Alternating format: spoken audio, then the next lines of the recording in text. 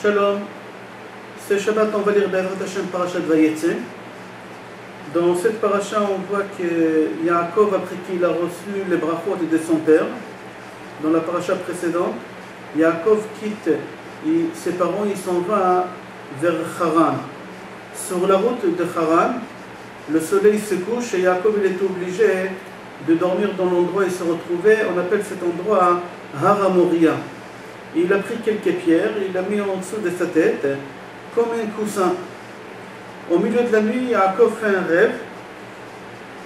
Il rêve d'une échelle qui est plantée par terre et le sommet de cette échelle arrive jusqu'au ciel et il y a des anges qui montent et qui descendent. Rachid explique là-bas que les anges, ils l'ont accompagné. Dans chaque pays, il y a des anges. Le pays où Yaakov vient de quitter, ils l'ont accompagné jusqu'à la frontière, ils ont remonté. Et les anges des autres pays, ils ont descendu accueillir Yaakov. Et dans son rêve, il voit les anges qui montent et qui descendent. Et Akadosh Baruch Hu aussi parle à Yaakov dans ce rêve. Et il lui dit qu'il sera avec lui sur sa route, partout où il ira. Et il va lui donner à manger et à boire et qu'il faut qu'il s'inquiète de rien. Et en plus, il lui promet, il lui dit la terre où tu dors, parce que Rachid explique qu'Akadosh Baruch Hu, il a plié la terre d'Israël. Il l'a mis en dessous de son corps et Hachem lui a dit Haaretz asher ata shochev alea lecha et enena. Akadosh Baruch Hu lui dit la terre où tu dors, où tu es couché, je te la donnerai à toi et à tes descendants. Yaakov se réveille après ce rêve-là et son cœur il n'arrête pas de se battre. Et il a dit je me suis endormi dans un endroit où il ne fallait pas. Il fait un serment sur place en disant si je reviens entier et en paix comme Akadosh Baruch Hu m'a promis, alors cette pierre-là où il l'a mis, il va faire là-bas des sacrifices à Akadosh Baruch Hu. Ok, Yaakov, quand il arrive à Haran, il va au puits. Chaque ville, elle avait un puits à l'extérieur où les gens ils prenaient de l'eau. Et dans cet endroit, dans cette puits, il rencontre Rachel. Rachel, la fille de Lavan. Rachel, elle ramène, là-bas la paracha raconte la rencontre entre Yaakov et Lavan avec les autres troupeaux, etc. Et Rachel, elle ramène Lavan chez ses parents à la maison, chez elle à la maison. Et Lavan, il propose à Yaakov de rester chez lui et de travailler, et il va lui donner un salaire. Alors Yaakov, il lui dit, le seul salaire que j'aimerais que tu me donnes, j'aurais voulu avoir ta fille Rachel, il lui précise bien Rachel, la jeune, parce qu'il a eu peur qu'il va, comme il a deux filles, alors il va lui donner Léa. Il a précisé Rachel, il a eu peur qu'il va rajouter un prénom à Léa, alors il lui a dit à Tseira, la jeune, il savait que c'était un vicieux. Ok, Lavan il lui donne l'accord et Yaakov il travaille pendant 7 ans. Après 7 ans, Yaakov il demande à Lavan sa récompense, Rachel. Lavan, vicieux comme il était, au lieu de lui donner Rachel, il faisait nuit, il a filé Léa à Yaakov au lieu de lui donner Rachel. Le matin, quand Yaakov il a découvert ça, il est parti voir Lavan, il a dit pourquoi tu m'as fait. Lavan il a dit En bem komeno la setet atzera lifnei abechira. Chez nous, peut-être chez vous c'est autre chose, il a fait sous-entendre. Mais chez nous ici, on marie d'abord la grande, après la moyenne, après la petite, etc. Il y a un ordre. Peut-être chez vous c'est autrement, mais chez nous c'est comme ça. Alors qu'est-ce que je t'ai fait? C'est mon droit de le faire. Maintenant, si tu veux quand même Rachel, alors tu vas travailler encore 7 ans et tu auras Rachel. Yaakov, par amour pour sa femme, pour Rachel, pour sa future femme, il travaille encore 7 ans et après il épouse encore à nouveau Rachel. Lavan, il donne à chaque fille sa servante, chaque fille elle avait une servante qui s'occupait d'elle, et il lui a donné Bilha et Zilpa. En fin de compte, Yaakov il a eu Léa, 7 ans après il a eu Rachel, et en même temps il lui a donné les 2 servantes.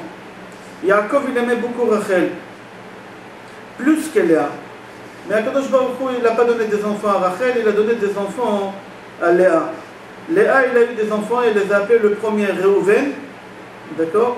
Le deuxième, elle l'a appelé Shimon, le troisième Lévi, le quatrième Yehuda, et le cinquième, elle l'a appelé Issachar. Chaque prénom, il a une signification, vous allez voir dans la paracha, il a une signification, chaque prénom, c'est pas pour rien qu'elle l'a appelé Shimon, parce qu'il a dit Shema Hashem Kesenu Anochi, Lévi Apam Yelave Ishi Elai, Yelave Ishi Elai, etc.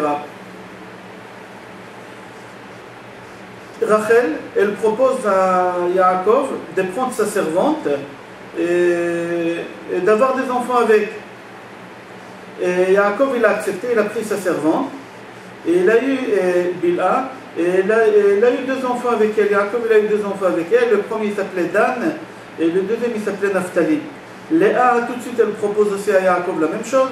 Et il lui dit, voilà, moi aussi, je te donne ma servante. Et Yaakov, il a eu 2 enfants aussi avec la deuxième servante. Le premier, c'était Gad. Et le deuxième, il s'appelait Asher. Dans la paracha, on raconte que Reuven, il est sorti dans les champs. Et il a trouvé Doudaïm. Doudaïm, Rashi, il explique là-bas, c'est quoi Doudaïm? En français, ça s'appelle des jasmins. Ça s'appelle des jasmins, et il trouve des jasmins, et il ramène à sa mère, il ramène à Léa. Rachel, quand elle a vu les jasmins, elle a voulu, alors elle demande à Léa, donne-moi des jasmins. Alors il lui a fait une proposition, il lui a dit, voilà, au lieu que ce soir mon mari dort avec moi, il dormira avec toi. Et en fin de compte, ils ont fait l'échange, et Akadosh Baruch Hu, il a vu que Léa, elle voulait absolument des enfants. Akadosh Baruch Hu, il a récompensé d'un 6e enfant, et Léa, elle a eu un dernier enfant qui s'appelait Zevulun. Et en même temps que Zevulun, il y a une jumelle qui est née, et on l'appelait, c'était une fille, on l'appelait Dina. Et on va voir dans la paracha après l'histoire de Dina, qu'est-ce qui s'est passé. Après quelques années de stérilité, que Rachel, elle n'a pas pu avoir des enfants, Akadosh Baruch Hu, il ouvre, il lui donne un enfant qu'elle appelle Yosef. Yosef en hébreu, il veut dire rajouter. Elle appelait son fils Yosef, elle a dit que grâce à lui, Akadosh Baruch Hu, il va lui donner encore Yosef li Hashem ben Acher. Akadosh Baruch Hu, il va me donner un autre enfant. Yaakov, après toutes ces années qu'il travaille chez Lavan, il aimerait rentrer chez ses parents à la maison. Mais Lavan, il insiste parce qu'il sait que toute sa richesse et toute sa réussite, ça vient grâce à Yaakov, c'est lui qui lui donne toute la bénédiction. Et il lui dit, reste ici et je te donnerai un salaire. Et ils arrivent à un accord que tous les bétails qui vont être tachés, et avec des taches, ils naîtront avec des taches, ça sera les Yaakov. Et c'est comme ça qu'ils sont mis d'accord. Et là-bas, la paracha raconte qu'est-ce qu'il a fait Yaakov pour que tous les bétails qui naîtront, ils deviendront avec des taches. Les années passent, et Yaakov, il entend que les enfants de Lavan disent que Yaakov est devenu riche grâce à leur père, et il prend la richesse de leur père, etc. Yaakov, il n'a pas aimé ça. Il a décidé, il a dit, ça y est, il faut que je rentre chez moi à la maison, à Canaan. Il consulte ses femmes, Rachel et Léa, et tous ils se sont mis d'accord qu'il faut rentrer. Après qu'ils lui ont dit, ces 2 femmes qu'il faut rentrer, il leur dévoile le rêve qu'Akadosh Baruch Hu, il lui a ordonné de rentrer chez lui dans son pays natal. Rachel et Léa, ils ne posent pas de problème, ils sont d'accord, et ils commencent à préparer les affaires sans prévenir leur père. Et ils prennent la route. Mais avant de prendre la route, qu'est-ce qu'elle fait Rachel? Rachel, elle va dans la chambre de son père, dans la tente de son père, et il lui vole les statues, parce qu'il voulait sauver son père qui ne continue pas à prier avec l'idolâtrie, et il lui a volé les statues et elle est partie.